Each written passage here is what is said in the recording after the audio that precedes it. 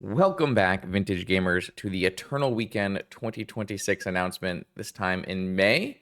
Pretty good lead time for our flagship event of the year for Vintage.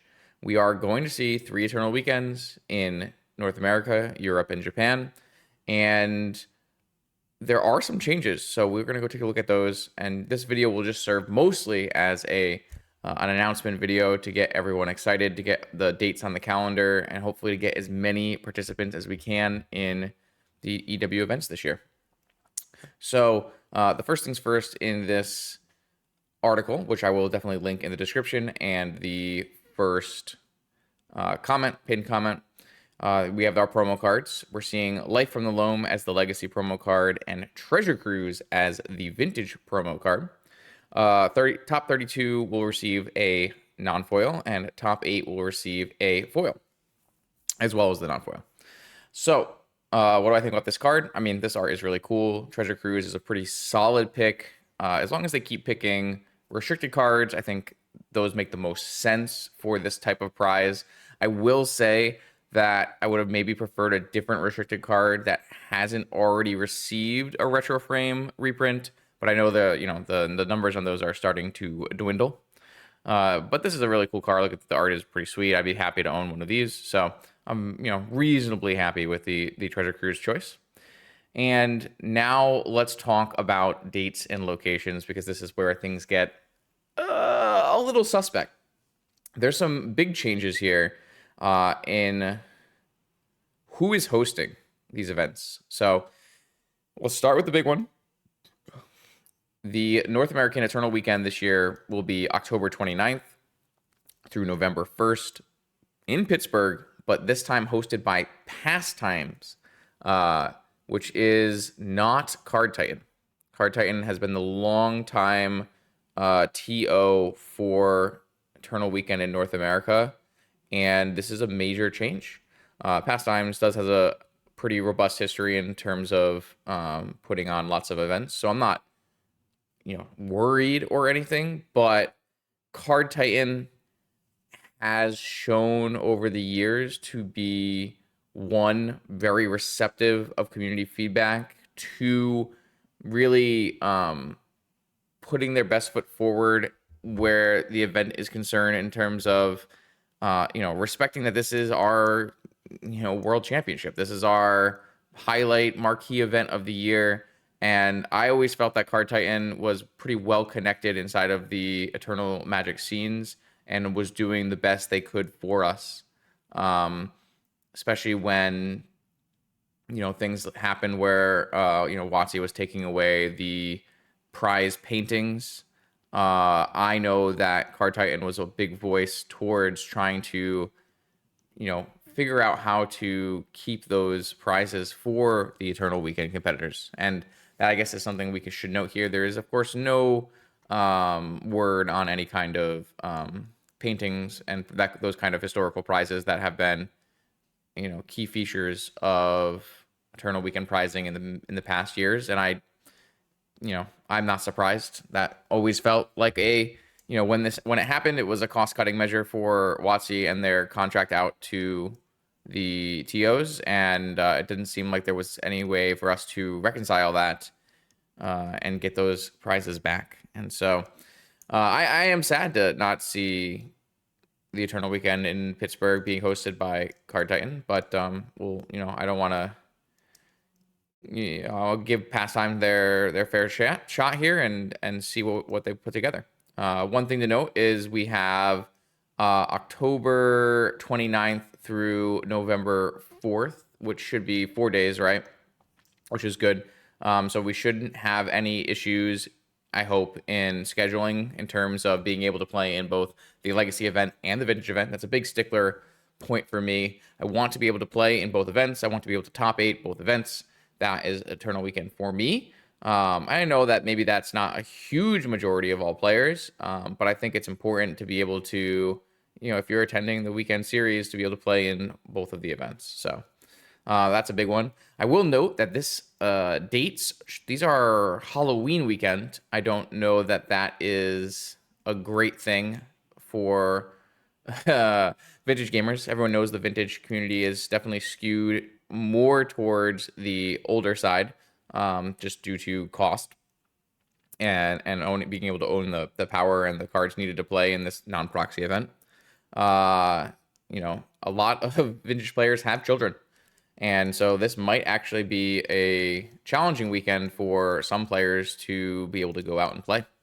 That could be a problem. I understand why these kind of weekends are chosen. They are frequently the weekends that the tournament hall is at its lowest cost for tournament organizers.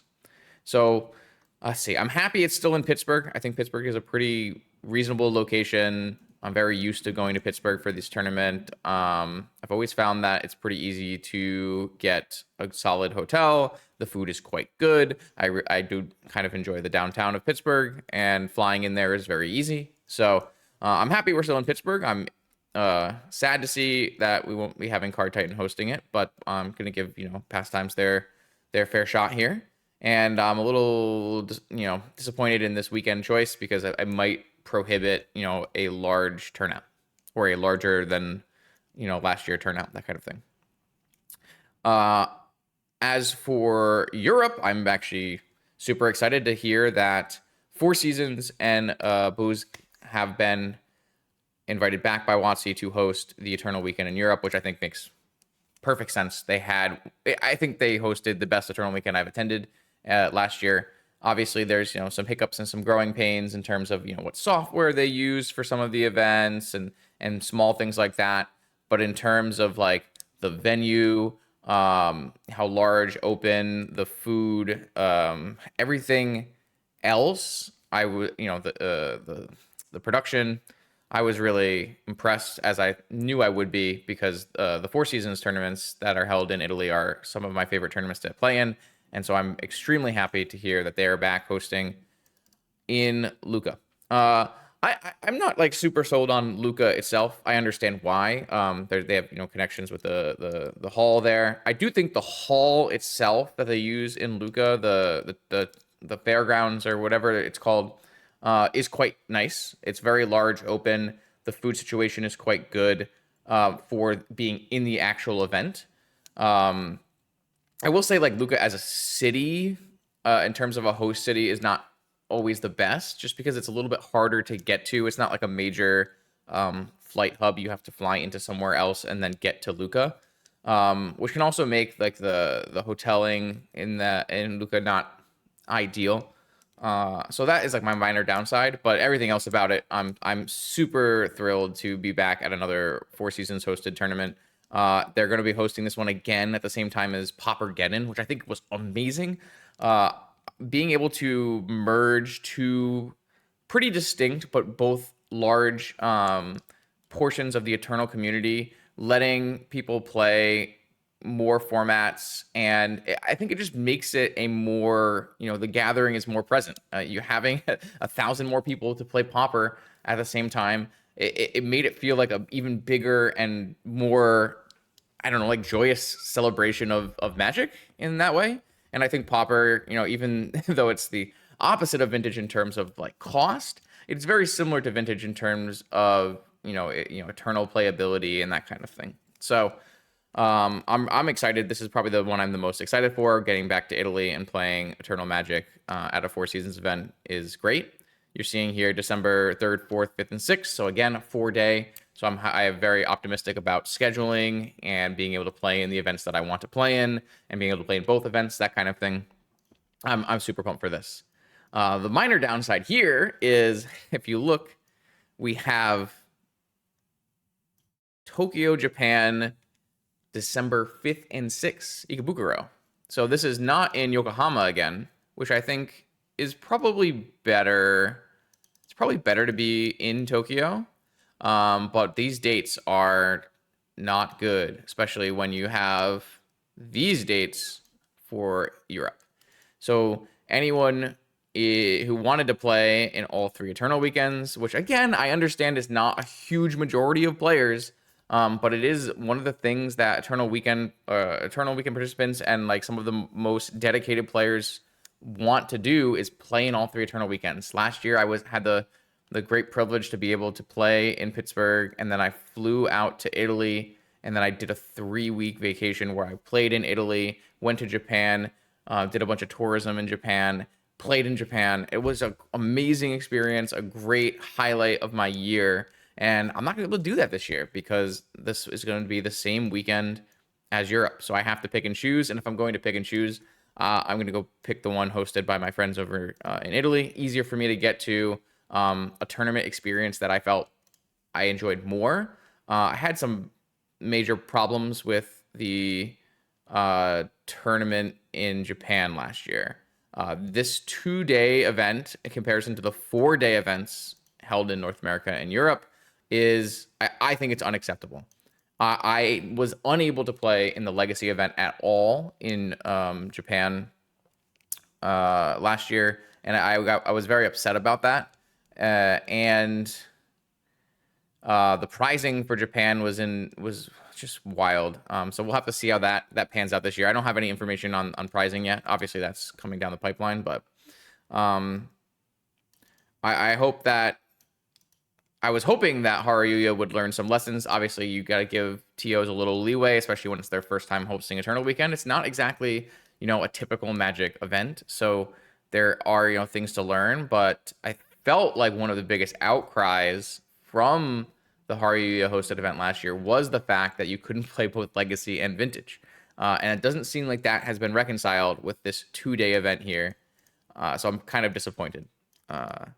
I don't know anything about the new location, other than being more centered in Tokyo could be a good thing, especially for foreign visitors. But suffice to say, I don't expect myself to be attending this event. I will almost certainly be attending both Eternal Weekend in North America and Europe.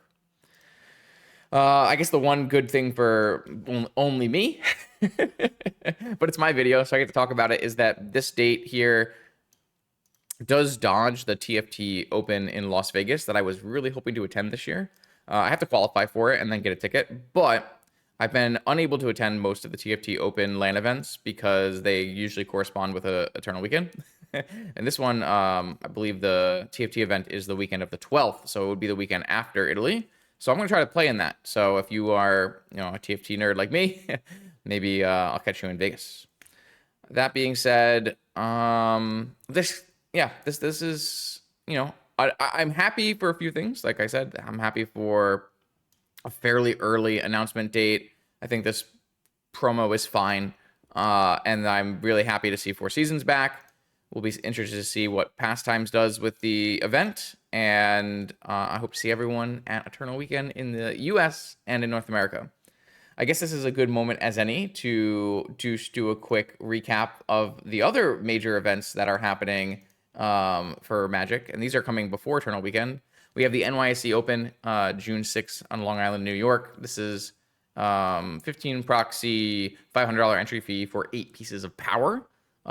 This is going to be the last NYSE Open that will be held in this manner.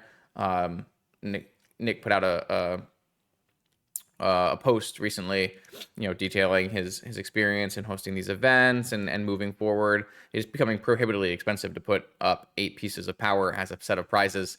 And if the event isn't putting up those prizes, it's not really the NYSE. So if you want to participate in the very last NYSE, make sure you check out the link in the description below.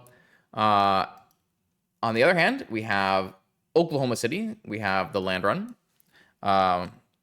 This is going to be held at a convention center this time. We've expanded the Land Run due to increased gains year over year in terms of players for both Legacy and Vintage. If you want to know more about that event, the link is also in the description. So we have lots of awesome Vintage Magic coming in 2026. I hope to see you there. Let's battle.